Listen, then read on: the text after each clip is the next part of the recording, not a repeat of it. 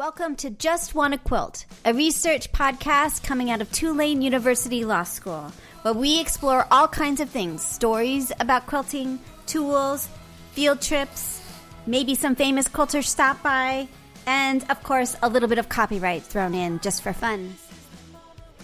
I'm Elizabeth Townsend Guard, your host. I'm a law professor at Tulane University Law School.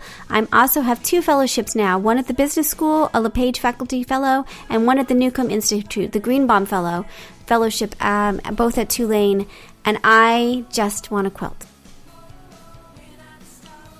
Okay, so we have one more interview for the day. Today we are talking to Joe Delacruz. He has a company, Hillery Company, and they are making and giving to us sewers the little bridge part that's made out of some sort of metal-y thing, because that's what they do as a company. And they've got a Google form to fill out, and they're amazing. Hillery is Hillery.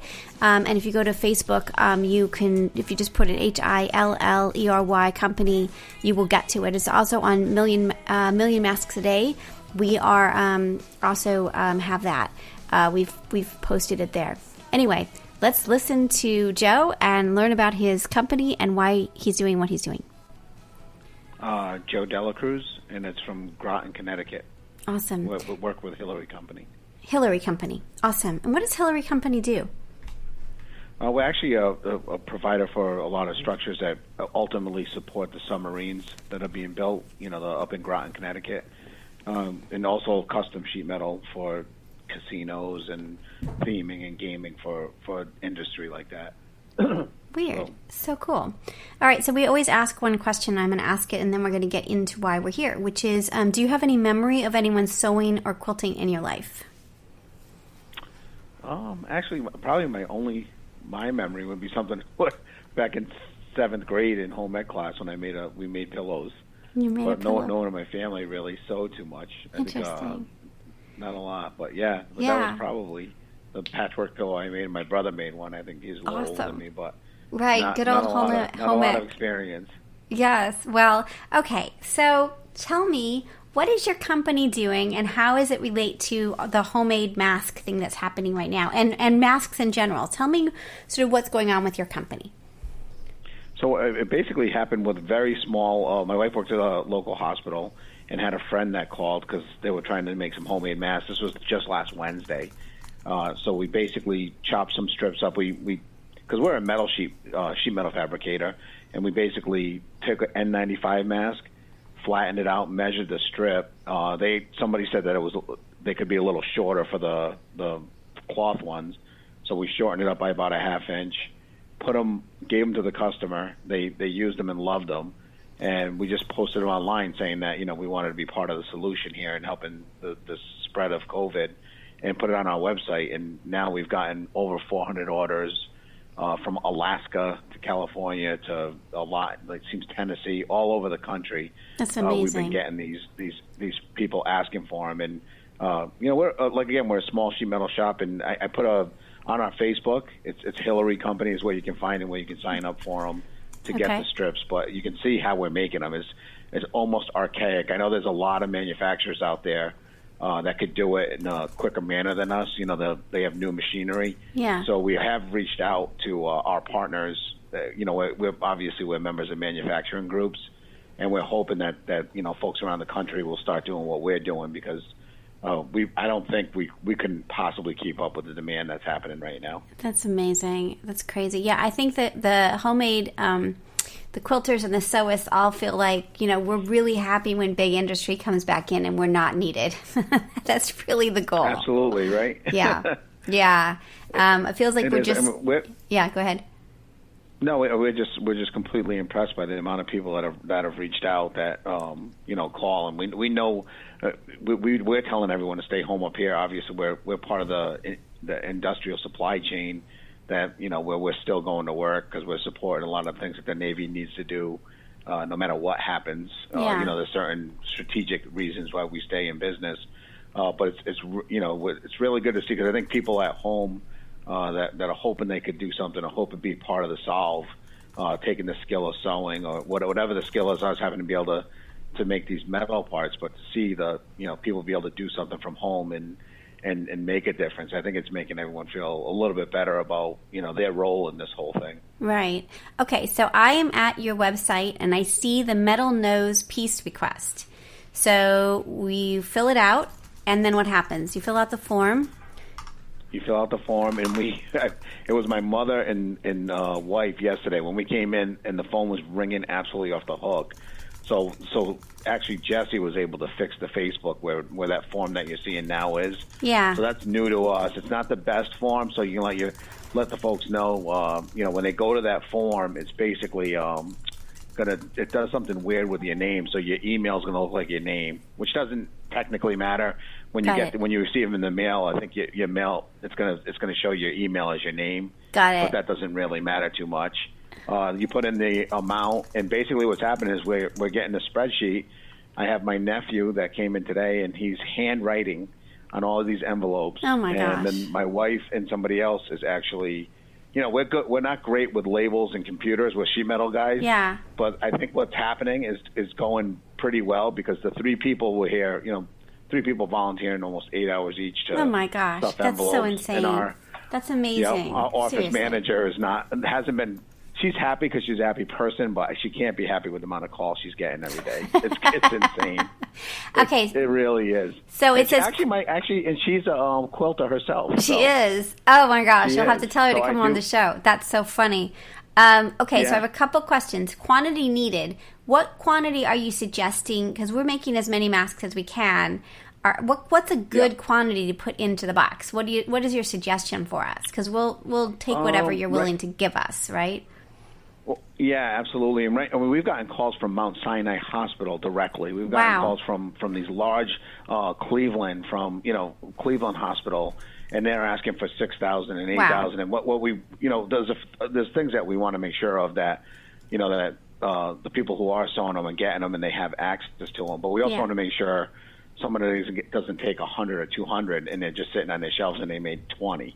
Because there's that happy medium of how many can someone do. Right. And we're just asking, to get them started, because right now we have some people requested 3,000, and we're putting like 300 in the envelope and mailing them, and then just telling them to reapply. Just reapply. Got it. So just so we can keep up with it. Got it. But I think if we're one little manufacturer, so I think we really I put the dogs on it today because. I called our friends in Eastern area manufacturing. It's a group of us. I sent the email to the president. She's going to send it out to everybody. I sent them a drawing of what we need or what we're making, and told them to put them on their Facebook. Or if they want us to distribute them, they can send them to us, and we'll do that. We started a GoFundMe page that's right underneath the page you just looked at, and basically that's going to direct people to In the beginning, we said, well. I started paying for the shipping, my wife and I, out of our pocket because it wasn't a big deal. And then on Monday we walked in. I'm like, oh my God, that's going to be $2,000 worth of shipping just at the post office and packing. Right. So what we did was we created that because we don't even have a means where people could pay in an easy way for shipping. Yeah. We would have to physically call, take the card, swipe the card. So we figured it's easier that way.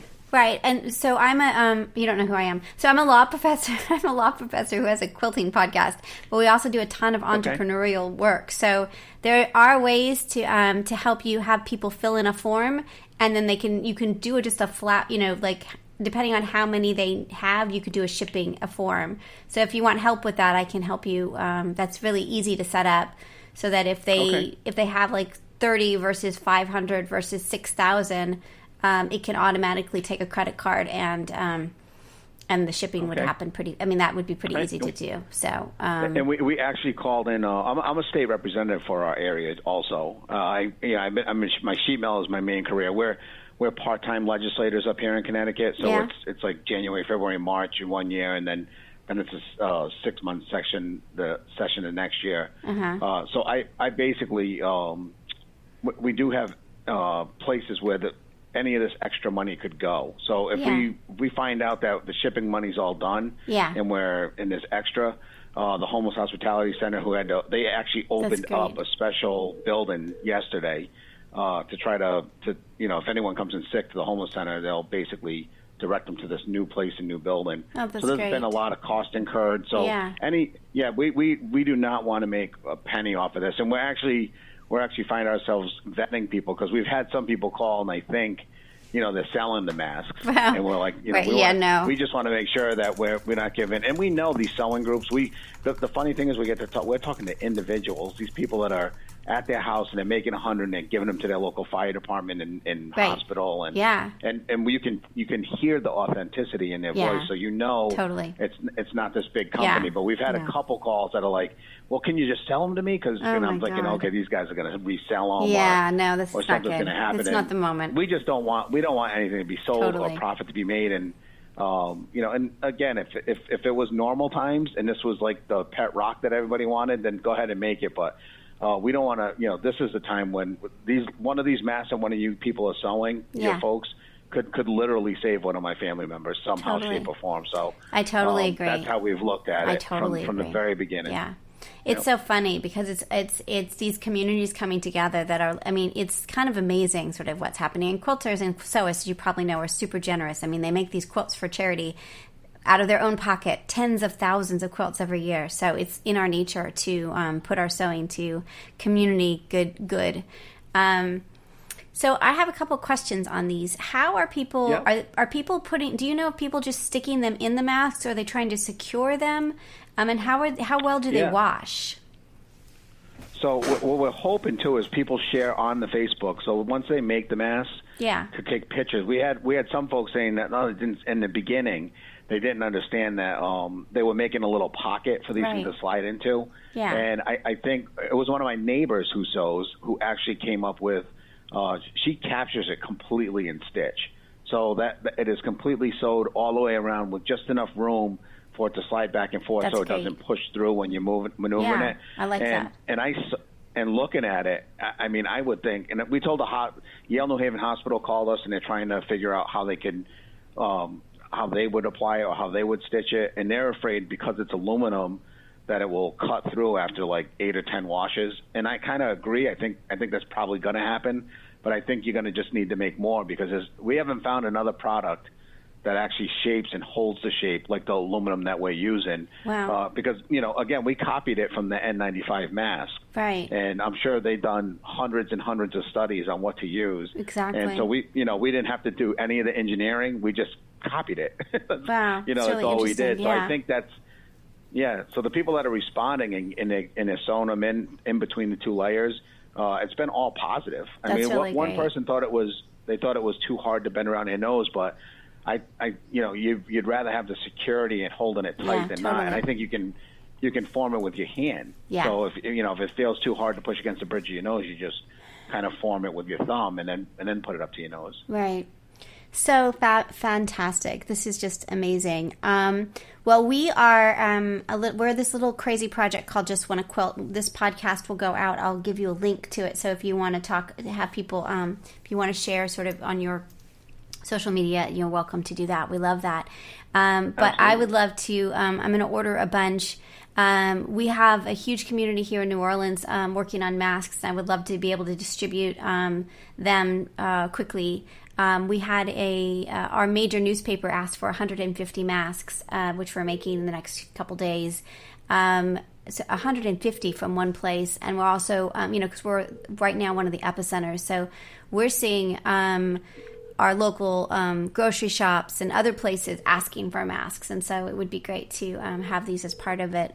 Yeah. I'll post this on. We also have two groups, Million Masks a Day, which is kind of a place to coordinate information, and a website. So I'll post this as well, and also Just Wanna Quilt and Quilting on a Budget, two other Facebook groups that we're part of. But this nose thing has been really... I went to that website and saw that. Yeah. So that was neat, the Million Masks. Yeah, and, that's us. Yes. We really, you guys are our brothers and sisters down there, and we're really thinking of you. Oh. We're in New York. Yeah, we're basically, I'm 90 miles from New York City where we are right now. Yeah, we get it. And horrifying. There's a lot of folks. So you guys are in the same position and boat we are. And lo and behold, we're finding out that we all are much closely more related than we ever thought we were. Totally. It's really true. That's what I think it's teaching a lot of people that, no matter where you are on the social scale or where you live, we are obviously connected in ways that most of us had never dreamed. I think this one's definitely hitting home with a lot of people. But yes, the positivity. I mean,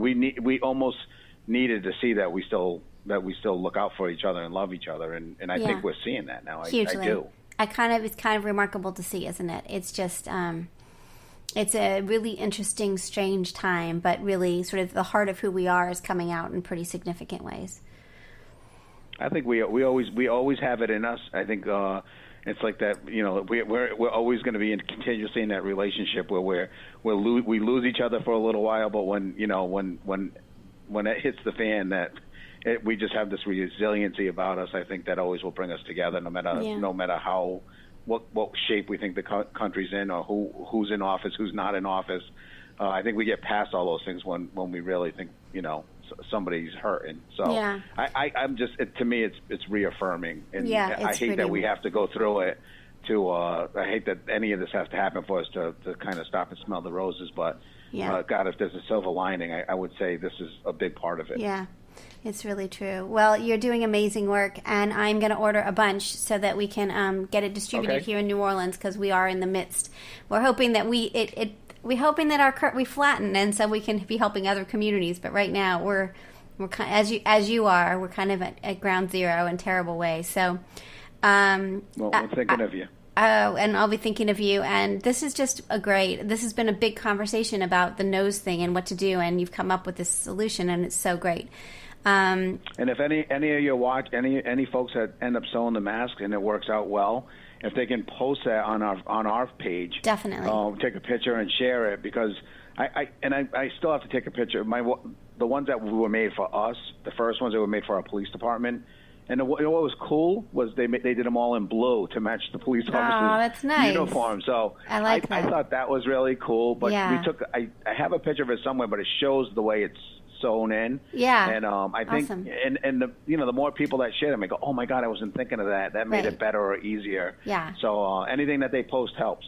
I think it's great. Well, we're making, as I said, we're trying to make a ton of them quickly. I'm submitting my order right now.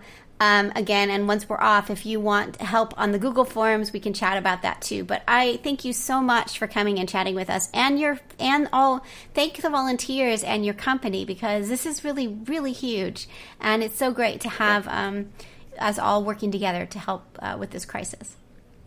Yeah, well, thank you very much, and I look forward to maybe when all this is done, we'll talk about some other things and how successful all this went. That would be really nice. I like that. Yeah, we know we're in for it. We know that we're going to go through some hard times, but I think it's going to be good to talk about what happened and how we came together. I think it's a great idea. And maybe that's one of your shows too. Seriously, right? I think that's a great idea. Okay, you're okay with us posting this?